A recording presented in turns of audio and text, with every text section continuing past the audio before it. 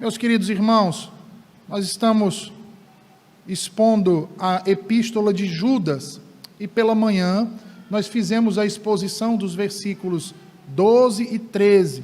Agora à noite nos deteremos na exposição dos versículos 14 até o versículo de número 16. Sendo assim, eu peço a você que abra a sua Bíblia na Epístola de Judas, Epístola de Judas, versículo 14 ao 16. 14 ao 16.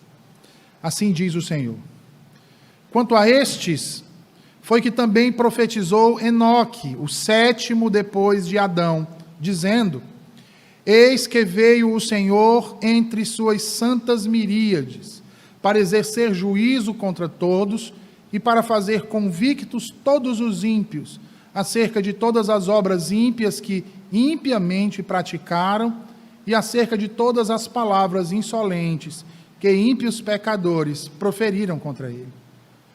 Os tais são murmuradores, são descontentes, andando segundo as suas paixões, a sua boca vive propalando grandes arrogâncias, são aduladores dos outros, por motivos interesseiros. Senhor Deus, tua palavra foi lida e agora será proclamada.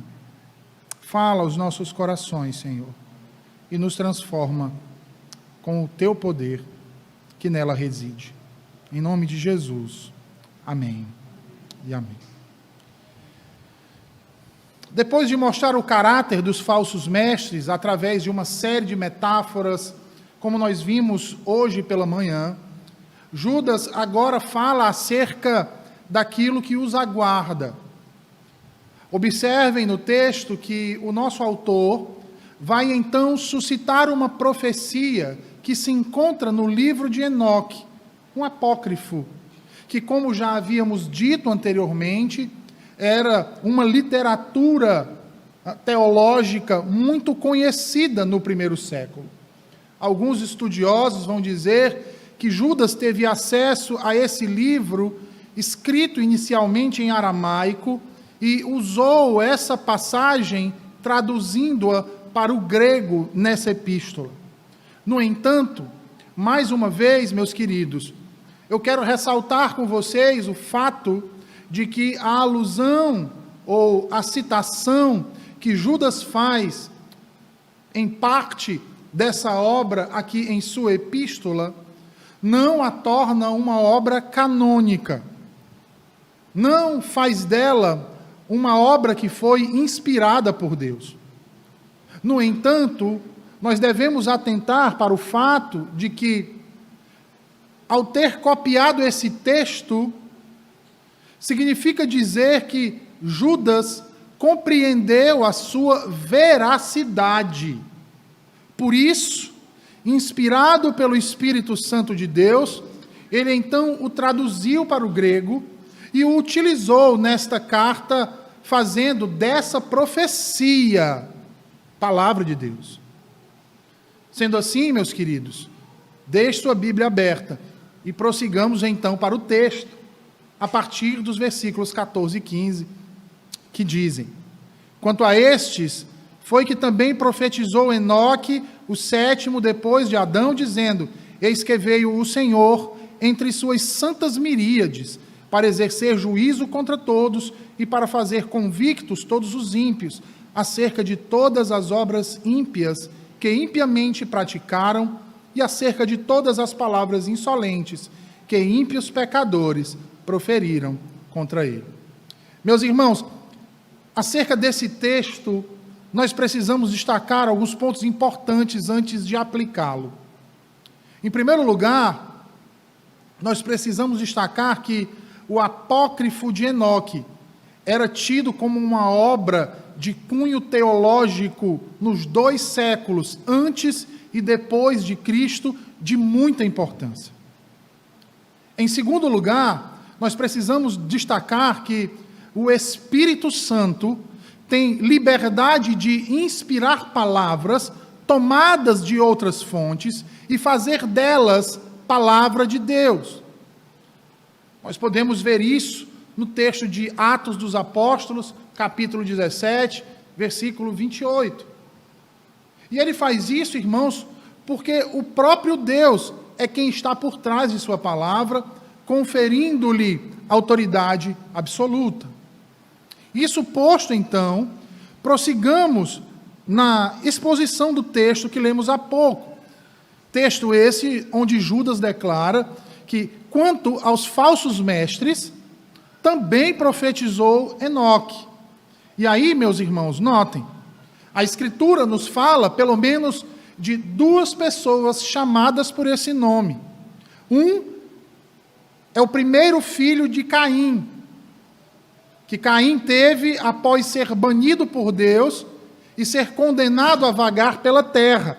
Você vai ver essa informação na descrição da genealogia de Caim, em Gênesis capítulo 4 e versículo 17. O outro, chamado Enoque, num vívido contraste com o filho de Caim, nos é apresentado pela Escritura no capítulo seguinte de Gênesis, no capítulo 5. E ali nos é revelado que este Enoque provém da linhagem de Sete, o filho que Adão e Eva tiveram e que ocupou o lugar de Abel, morto, assassinado por Caim, seu irmão. A maioria dos seus descendentes, os descendentes de Sete, permaneceram fiéis ao Senhor, o adorando, crendo no Senhor Deus. Enoque, então, descendente de Sete, filho de Jared, pai de Metusalém, foi um homem notável dentro dessa linhagem piedosa dos filhos de Deus, vivendo um total de 365 anos de uma vida justa a serviço do Senhor. Tanto foi isso, irmãos, que a própria Escritura testemunha que este Enoque, o sétimo depois de Adão, e aí, abrindo aqui uma ressalva, lembre-se que o número 7 nas Escrituras, eles têm um significado de totalidade e de plenitude. Então, esse sétimo depois de Adão, a Escritura diz que andava com Deus. E é por isso que não se registra a sua morte. A Escritura declara tão somente que ele já não era, porque Deus, para si, o tomou, em Gênesis 5 e versículo 24. Sendo assim, meus queridos, como membro da linhagem dos descendentes de Adão, que permaneceram fiéis ao Senhor, Enoque também aparece, se você lembrar, como ancestral do próprio Senhor Jesus, na genealogia que é descrita por Lucas, no capítulo 3 e versículo 37 do evangelho que ele escreve. O autor da carta aos Hebreus também fala acerca deste Enoque, o sétimo depois de Adão, filho de Jared. E ao comentar sobre ele comenta sobre a fé de alguns dos grandes heróis do passado. E acerca de Enoque, o autor aos Hebreus diz que ele foi trasladado pelo Senhor para não ver a morte, porque alcançou um testemunho que agradou a Deus. E se você observar o que diz o autor aos Hebreus, você vai ver que mais adiante ele destaca que alguém só pode agradar a Deus por meio da fé. Assim, Enoque foi considerado justo perante o Senhor, pela fé. Sendo assim, é a esse Enoque que Judas faz menção aqui e se utiliza de sua profecia para direcioná-la, então, aos falsos mestres. Vejam, meus irmãos, aqui eu quero mais uma vez reiterar uma coisa. O fato de Judas se utilizar da profecia de Enoque não atesta que ele a tinha como inspirada. Por favor, saibam diferenciar isso. Por isso eu estou retornando a esse ponto. Tá? Ao utilizar da profecia de Enoque, Judas não está atestando que ele entendia que essa profecia era inspirada, mas ele entendia que o que Enoque previu era verdadeiro. Agora, porém, quando ele escreve, sob a autoridade do próprio Senhor Deus e de Cristo e do seu Santo Espírito, ele a torna então inspirada ao escrevê-la aqui. Sendo assim, vejamos então o que profetiza Judas. Ele diz: eis que veio o Senhor entre suas santas miríades, para exercer juízo contra todos e para fazer convictos todos os ímpios. Observe que nessa profecia do versículo 14, de maneira semelhante àquela outra profecia que nós vimos no versículo 6, o autor utiliza aqui o verbo vir naquilo que chamamos de perfeito profético. E da outra vez eu não expliquei o que isso significava, né? E alguns irmãos depois me perguntaram o significado. E, meus irmãos, o perfeito profético é um recurso literário onde o autor utiliza o verbo em um tempo do passado, ou em um tempo presente, ou até mesmo em um tempo futuro, mas sob um ponto de vista de que aquela ação já é conclusa, já é concluída. Ele faz isso para dizer que aquelas ações, ou aqueles eventos, ou o estado daquelas coisas ou daqueles indivíduos, independente do tempo em que se encontrem, já são contadas como completos. Tá? Então, retornando ao texto, observe aí que Judas, então, acrescenta ao texto a profecia que ele toma como sendo verdade de Enoque, sendo que ele acrescenta a esse texto o termo Senhor. E ele acrescenta esse termo Senhor, como você pode ver aí na sua Bíblia, no versículo 14, fazendo uma referência à parousia, ou seja, à segunda vinda de Jesus Cristo.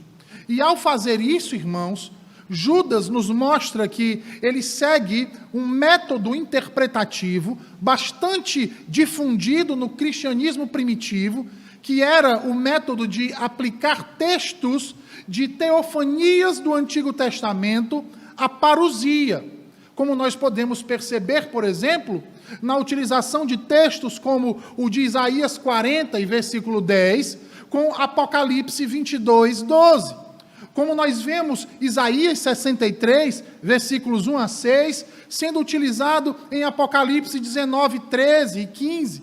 Isaías 66, com 2 Tessalonicenses 1. Zacarias 14, 5, com 1 Tessalonicenses 3, e dentre outros textos mais. Dessa forma, quando nós observamos a seção de abertura, não aqui de Judas, mas do texto de 1 Enoque, percebemos que essa mesma abertura, tá, se baseia também em uma série de textos do Antigo Testamento, especialmente aqueles que retratam a vinda do que Enoque chama de guerreiro divino.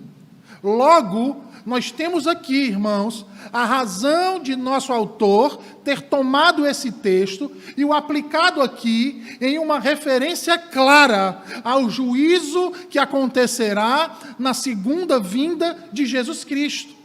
E, meus irmãos, falar dessas coisas como métodos de interpretação, talvez para alguns possa parecer maçante ou até mesmo irrelevante a pregação. No entanto, é importante falar sobre isso aqui, porque foi através desse método, irmãos, que os primeiros intérpretes cristãos usaram, então, da linguagem divina para Cristo. Logo assim, como a maior parte da cristologia primitiva, essa era uma identificação funcional de Jesus com Deus, de Cristo como representante de Deus, que cumpriria a função divina do julgamento escatológico. E isso nos mostra, queridos irmãos, um outro ponto importante. O fato de que o entendimento acerca da parousia de muitos de nossos irmãos cristãos do primeiro século não derivava de aplicação de textos messiânicos do Antigo Testamento em referência a Jesus, mas do uso direto de textos do Antigo Testamento sobre a vinda de Deus para o juízo final. E os dois versículos que nós acabamos de ler, o versículo 14 e o versículo 15, são a evidência clara de que era isso que acontecia no cristianismo judaico palestino. Sendo assim, meus irmãos, a citação que Judas faz de Enoque deve ser vista por nós como um texto-chave acerca da vinda do Salvador Jesus. Ele virá para julgar os ímpios no juízo final. Como ele diz, para exercer juízo contra todos e para fazer convicto todos os ímpios acerca de todas as obras ímpias que impiamente praticaram, acerca de todas as palavras insolentes que ímpios pecadores proferiram contra ele.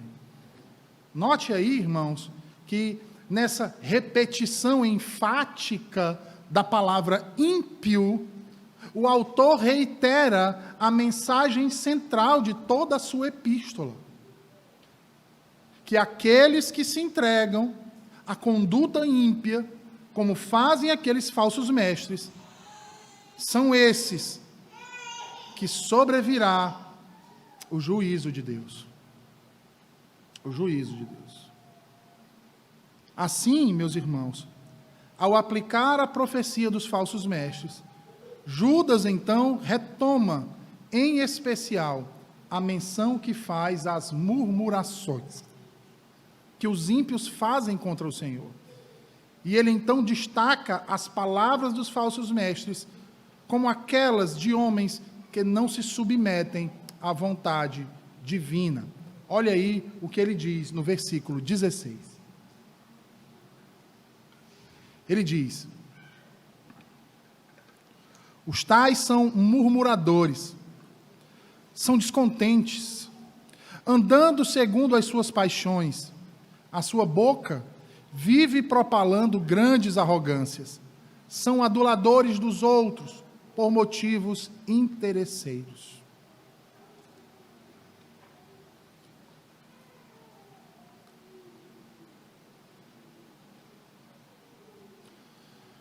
Meus irmãos, assim como Israel no deserto, eles também murmuraram contra isso. Murmuraram contra o quê, reverendo? Murmuraram queixando-se das restrições que a lei impunha sobre as pessoas. No confronto entre a vontade de Deus e a sua própria vontade, eles rejeitaram a primeira para abraçar a segunda. E fazendo isso, notem, fazendo isso com arrogância e descaramento, estabelecem para si, como autoridade moral competente, a anulação dos mandamentos de Deus. E eles também o fazem, visando o favor dos membros da igreja, dos quais dependem para sua vida próspera, esperando que, através de uma doutrina de frouxidão moral, consigam agradar a esses outros, tanto quanto a si mesmos. E aqui, meus irmãos, diante de verdades como essa, tão contundentes para nós nessa noite, principalmente nos tempos em que vivemos, nós precisamos trazer algumas aplicações. E a primeira delas é a realidade que o texto aqui nos apresenta. Sempre que um homem se afasta de Deus, irmãos, a primeira coisa que ele faz é queixar-se de alguma coisa. Ou ele se queixa da igreja, ou ele se queixa da família, ou ele se queixa dos pastores, ou ele se queixa dos presbíteros, dos diáconos. E entenda, querido, que a murmuração, o resmungar e o viver lamentando não são marcas de um homem de Deus, não são marcas de alguém que é amigo de Deus, não são marcas de alguém que foi lavado e remido no sangue de Cristo, não é uma marca de quem confia no Senhor, de quem o conhece, de quem tem intimidade com Cristo. É marca de um homem sem Deus. Abra sua Bíblia em Filipenses capítulo 2, por favor. Veja o que Paulo diz no versículo 14. Filipenses capítulo 2, versículo de número 14.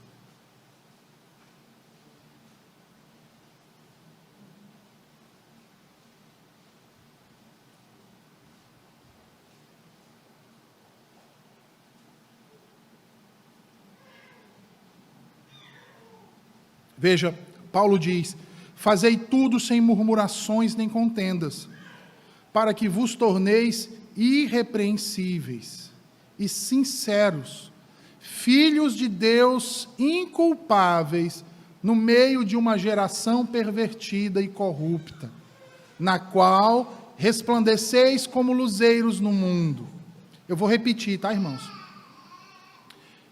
Prestem atenção no que Paulo está dizendo aqui. Fazei tudo sem murmurações. Fazei tudo sem murmurações. Nem contendas. Para quê? Para que nos tornemos irrepreensíveis e sinceros filhos de Deus, inculpáveis no meio de uma geração pervertida e corrupta, resplandecendo como luzeiros no mundo, preservando, irmão, a palavra da vida, para que no dia de Cristo, veja, ele diz: eu me glorie de que não corri em vão, nem me esforcei inutilmente. Meus irmãos, as Escrituras nos dão inúmeras provas que vão de encontro aos murmuradores. Pessoas que vivem a murmurar, a reclamar, a queixar-se da sua vida, da vida dos outros, além de insatisfação, demonstram profunda ingratidão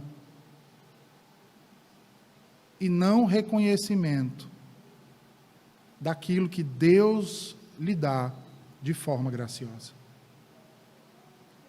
O descontente, irmãos, ele nunca se satisfaz com aquilo que Deus lhe deu.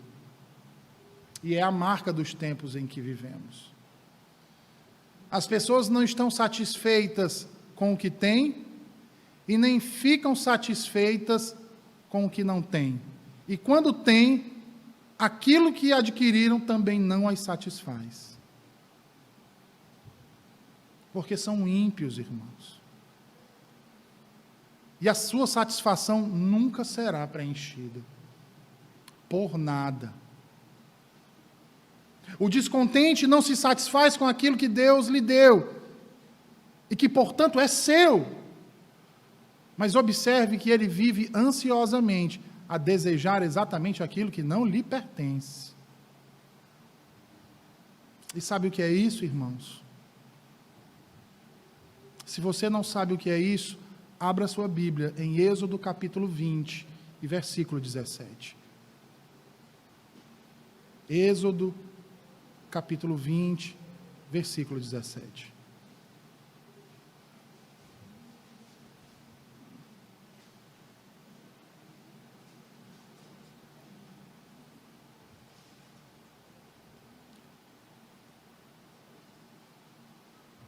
Veja o que Deus diz. Êxodo 20, capítulo 17. Não cobiçarás a casa do teu próximo, não cobiçarás a mulher do teu próximo, nem o seu servo, nem a sua serva, nem o seu boi, nem o seu jumento, nem coisa alguma que pertença ao teu próximo. Meus irmãos, os mandamentos do Senhor, eles são princípios. E o princípio aqui que o Senhor nos dá é que não devemos cobiçar. Sabe o que é que Deus está proibindo aqui? Nosso catecismo maior diz, respondendo a essa pergunta, que os deveres que são exigidos no 10º mandamento são um pleno contentamento com a nossa condição. Você que professou a fé em Jesus Cristo, como você tem vivido? Em pleno contentamento com a vida que Deus lhe deu, ou em constante murmuração?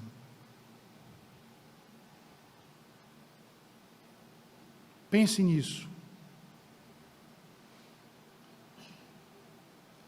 No 10º mandamento, o Senhor nos ordena a ter pleno contentamento com a nossa condição.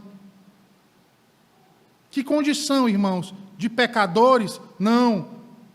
De lavados e remidos no sangue de seu Filho, Jesus Cristo.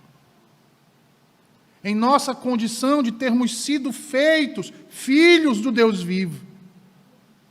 De sermos chamados pela própria Escritura e pelo próprio Deus de santos. De filhos de Deus. Filhos da aliança, do qual o Senhor Jesus, como eu havia dito pela manhã, reitera pelo autor aos Hebreus no capítulo 5, que não se envergonha de nos chamar de irmãos. Mas diz mais, irmãos. Diz que nós devemos ter disposição caridosa da alma para com o nosso próximo. De maneira que todos os nossos afetos e desejos relativos a Ele se inclinem para todo o seu bem e promovam o mesmo. Você tem feito isso? É assim que você tem agido? É dessa forma que você tem cobiçado? Ou você limitou o 10º mandamento a não cobiçar a mulher do outro? Apenas é isso.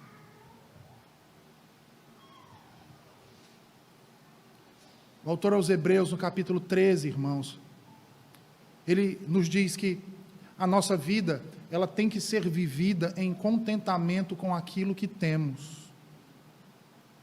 E sabe por que ele diz isso, meus irmãos?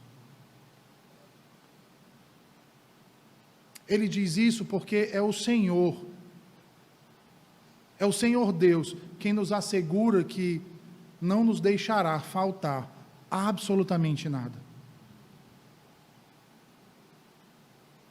É o Senhor Deus que diz: de maneira alguma te deixarei, nunca, jamais te abandonarei. Mas nesses últimos dias temos sido muito incrédulos para crer nisso, não é verdade? E é por isso então que eu digo a você nessa noite: volte-se ao Senhor, pare de murmurar feito um ímpio. Deixe de se queixar de tudo e de todos. Pare de insultar a Deus. Deixe de reclamar da sua vida. Será que você não percebeu ainda que nem isso você merece? E que o fato de você estar vivo já é razão suficiente para você ter grato coração constante diante do Senhor e razão suficiente de alegria. Pare de reclamar do seu trabalho. A quantidade de gente que busca um emprego e não consegue, que está há meses, anos, aguardando e não abrem-se uma porta. E você trabalhando ainda murmura daquilo que Deus lhe deu. Foi Ele quem lhe deu para que você pudesse sustentar a sua família.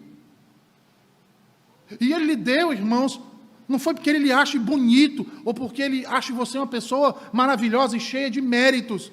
Ele lhe concedeu por graça. Pare de reclamar de seu marido.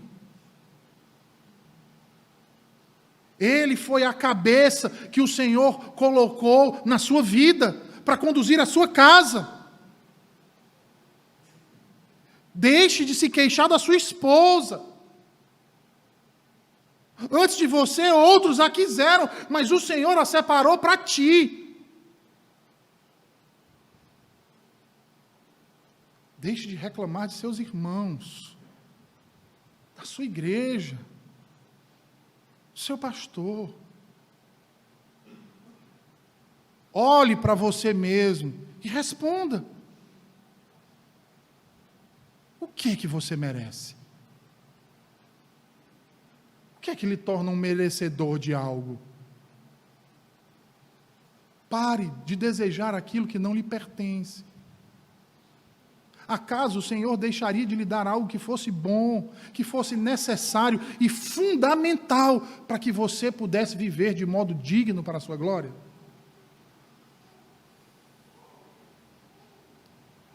Portanto, olhe para Cristo e corra para os seus braços, sem demora. Você que vive a murmurar, a colocar defeito em tudo e em todos, arrependa-se hoje. Arrependa-se hoje, porque o texto que nós acabamos de expor aqui nos acrescenta muito à vida. Não aumenta só o nosso conhecimento no tocante aos falsos mestres, mas nos alerta dos perigos, das armadilhas de Satanás. Nos alerta acerca das falsas ideologias, dos conselhos pérfidos e vis de Satanás, que usa dos seus servos para nos enganar e ludibriar. Judas, se você observou, até aqui ele tem traçado um propósito, que é expor os perigos do antinomismo. É essa a grande preocupação dele. Seus esforços aqui têm sido envidados a persuadir seus leitores de que a antinomia, bem como assim como seus mestres, pertencem àquela classe de pecadores de todas as épocas, condenadas nas Escrituras, e especialmente como parte daquele grupo que nos últimos dias serão julgados conforme a profecia que nós expusemos aqui nessa noite. Por isso, eu digo, irmãos, por isso que nós, que professamos a fé em Jesus Cristo, e que, portanto, cremos nele, e cremos na realidade de que somos filhos de Deus, precisamos acordar. Precisamos acordar, principalmente, e pensar nessas realidades que estão propostas aqui, futuras, mas consumadas. Pensar que há duas realidades e dois caminhos, somente. Aqui, meus irmãos, não há terceira via. E um caminho é ser lançado no lago de fogo e de enxofre. E o outro é aguardar ansiosamente e esperar pelo novo céu e a nova terra por vir. Acredito que nós não somos aqueles que olham para o lago de fogo, mas que somos aqueles que olham não para as coisas que são vistas, como diz Paulo, mas para aquilo que os olhos humanos não podem ver. Sabe por quê? Porque aquelas coisas que os olhos humanos veem, elas são passageiras. Mas as coisas que não são vistas pelo olho humano são eternas. As pessoas ao nosso redor, elas vivem e morrem pelos que os seus olhos veem. Vivem pela fama, pelo dinheiro, pelo gosto, do prazer. Vivem por aquilo que é transitório. Mas o Senhor nos chamou para que nós pudéssemos falar, para que nós pudéssemos raciocinar como almas imortais, reconciliadas com Ele. E através da fé em Cristo, então, estendemos nossas mãos para a árvore da vida, na colina do Gólgota, para provar daquele fruto que foi negado aos nossos primeiros pais. E que, como diz o texto de Apocalipse 22, 14, abençoados são aqueles que lavam suas vestes, para que possam ter direito à árvore da vida e possam entrar na cidade pelos portões. Esta árvore da vida está ao nosso alcance, irmãos. Porque Jesus Cristo, a ressurreição e a vida, se aproximou de nós. É Ele quem nos promete: quem crê em mim, embora morra, viverá. E todos que vivem e creem em mim, nunca morrerão. Eu pergunto a você nessa noite: você acredita nisso?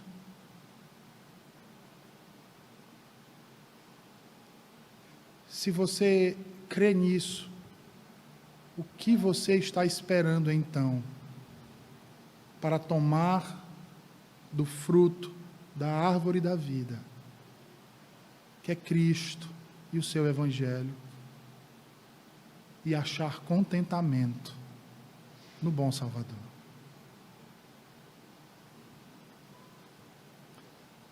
Meus queridos irmãos, que o juízo profetizado aqui faça de nós pessoas mais vigilantes, que nos faça andar não segundo as nossas paixões e vontades, mas segundo o que Deus ordena, para que não sejamos contados entre os que perecem, mas para que nos mantenhamos firmes e cheios de esperança e contentamento com os que vencem e recebem a coroa de glória das mãos do bendito Salvador Jesus. Que o Senhor assim o faça com cada um de nós. Vamos orar? Senhor Deus bendito, nós te agradecemos por tua palavra, Senhor, proclamada aos nossos corações nessa noite. Suplicamos a ti, Senhor, que nos ajude a viver sem murmurações, Senhor, mas que as nossas vidas sejam testemunho do teu amor e da alegria que é termos a ti como nosso Deus e Salvador. Em nome de Cristo é que nós te oramos. Amém.